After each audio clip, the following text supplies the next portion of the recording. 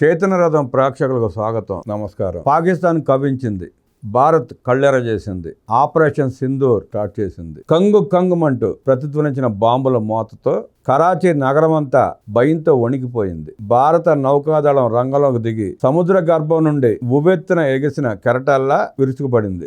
అప్రతిహాతంగా దూసుకొచ్చిన INS Vikrant తన శక్తివంతమైన క్షేపణలతో కరాచీ తీరానికి నరకం చూపించింది. పాకిస్తాన్ రక్షణ శాఖ వర్గాలు వెల్లడించిన సమాచారం ప్రకారం కరాచీ వర్మరా ఓడరేవులపై విక్రాంత్ తన ప్రతాపాన్ని చూపించింది. నిమిషాల వ్యవధిలో అనేక క్షేపణలు లక్ష్యాలను ఛిద్రం చేశాయి. కరాచీలోని 2 కీలక ప్రాంతాలు పేలుడు దాటికి కుప్పకూలాయి. ఓడరేవు ప్రాంతమంతా దట్టమైన పొగతో కమ్ముకుపోవడంతో ప్రజలు ప్రాణాలు అరచేతిలో పెట్టుకుని తీర ప్రాంతాల నుండి పరుగులు తీశారు. కరాచీ, వర్మరా కేవలం ఓడరేవులు మాత్రమే కాదు, పాకిస్తాన్ నావికా దళానికి ఇవి 2 గుండెకాయలు లాంటివి. ఇక్కడే వారి ముఖ్య కార్యాలయాలు, యుద్ధ నౌకలు, జలాంతర్గాములు కొలువై ఉంటాయి.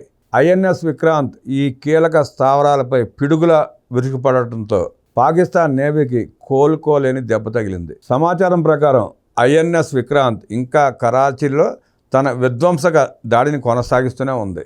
సముద్రంపై భారత జెండా రెపరెపలాడుతుండగా శత్రువుల గుండెల్లో రైళ్లు పరిగెడుతున్నాయి. 3 రోజుల దెబ్బకే పాకిస్తాన్ మళ్లీ తన పాత కథ మొదలుపెట్టింది. యుద్ధంలో మొదటి దెబ్బకే ఇప్పుడు అంతర్జాతీయ భాగస్వాములు కాళ్ళ వేళ పడుతూ అప్పుల కోసం దీనంగా అడుక్కుంటోంది. ఓ ప్రియమైన ప్రపంచ బ్యాంక్, IMF, మాపై దయ ఉంచండి.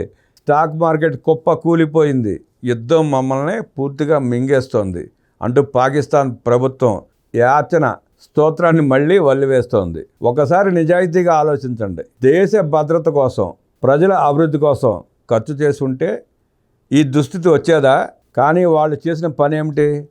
ఉన్నదంతా ఉగ్రవాదుల పెంపకానికి, దొంగ ముఠాల పోషణకు దారపోస్తే ఇంకేముంటుంది?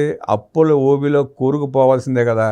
భారతదేశ సరిహద్దులో చొరబడి దెబ్బలు తిన్న తరువాత ఇప్పుడు అంతర్జాతీయ సమాజం అంటూ బతిమలాడుతూ ఒక దిక్కుమాలిన ప్రెస్ నోట్ విడుదల చేయడం ఏంటి పాకిస్తాన్? మీ దేశ ప్రజలకైనా నిజం చెప్పండి. ఉగ్రవాదం కాదు, అభివృద్ధి ఒకటే మీ భవిష్యత్తును మార్చగలదు.